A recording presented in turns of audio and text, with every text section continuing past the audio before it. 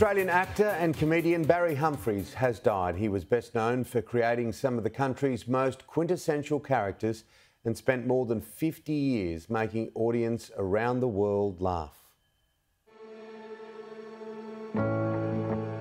Barry Humphries was a giant of the Australian entertainment industry. He was a comedian, a film and stage star for more than half a century. He was responsible for creating some of our best-known characters and conquered the international stage, including London's West End and New York's Broadway. He entertained us with his colourful characters. Hello, possums. Yes, it's me, Dame Edna, and aren't I looking gorgeous? Charismatic creations. And Beryl and I went to bed.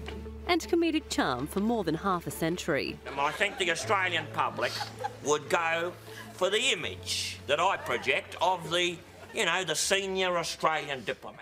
John Barry Humphries, the mischievous and marvellous man behind these faces, was born in Melbourne on February 17, 1934. From a young age, Barry found joy in making people laugh, often dressing up to disguise himself. Even when I was at school, I quite liked to startle people. It gave me a feeling of identity. Otherwise, in Australia, you disappear. Nicknamed Sonny Sam, he became a voracious reader and collector of rare books.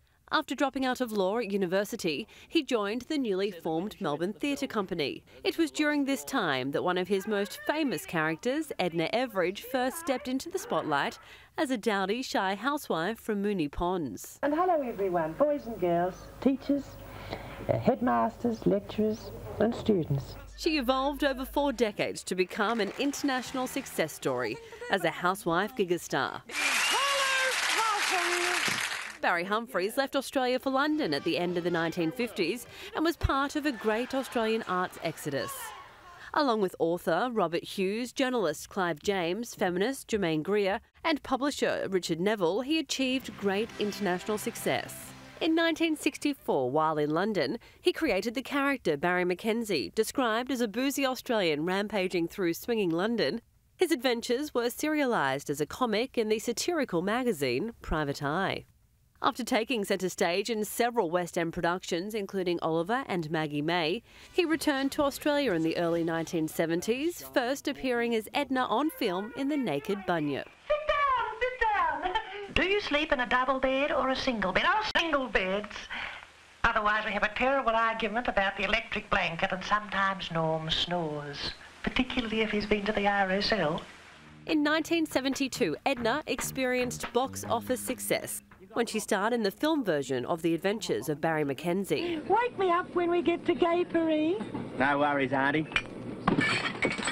Its highly anticipated sequel arrived in 1974 and saw Edna being made a dame by then Australian Prime Minister Gough Whitlam. Arise, Dame.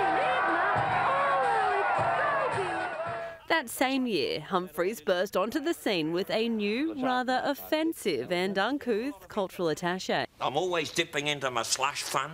Sir Les Patterson was an instant hit, and so was his other, more enduring alter ego, Sandy Stone, often referred to by Humphries as Australia's most boring man. I went straight to bed and had a very nice night's rest. Humphries went global with his characters, embarking on international tours.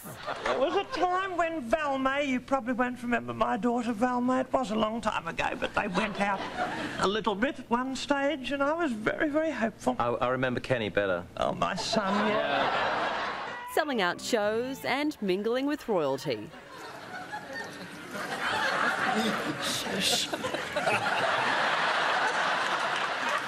They've found me a better seat. In 2000, he received industry praise, winning a Tony Award for his Broadway offering, Dame Edna. Decorated by both Australia and the UK, he was awarded an Officer of the Order of Australia in 1982 and a CBE for his services to entertainment in 2007. Barry Humphries spent much of his life immersed in music, literature and the arts. In early 2012, Barry Humphries announced his retirement and farewell tour, stating that he was beginning to feel a bit senior. To work directly with an audience is to me the greatest pleasure of all. The so-called retirement was not all smooth sailing. He was cancelled in 2019 by the Melbourne Comedy Festival, which he co-founded in 1987.